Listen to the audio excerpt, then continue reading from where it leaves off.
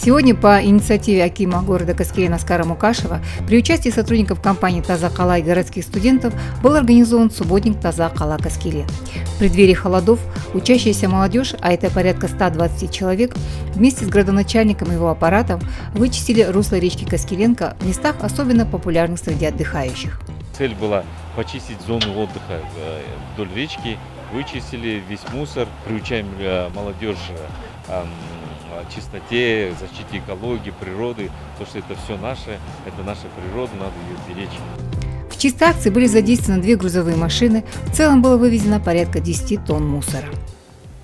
Совместно с акиматом города Каскелен проводим акцию «Общегородской субботник». Надеемся внести свою лепту в это нужное дело. Как я всегда повторяюсь, мы за чистый город, за чистое будущее. Последний в этом году субботник закончился импровизированным концертом и вкусным обедом на лоне природы.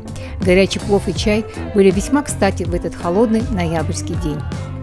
Перед наступлением зимы совместно с городским акиматом и «Таза Кала» сегодня со студентами убрались в наших окрестностях.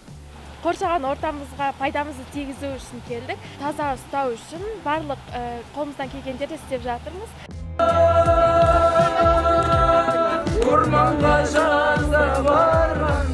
Так, общими усилиями мэрии города, предпринимателей, молодежи, излюбленные места отдыха каскеленцев и гостей города стали чище.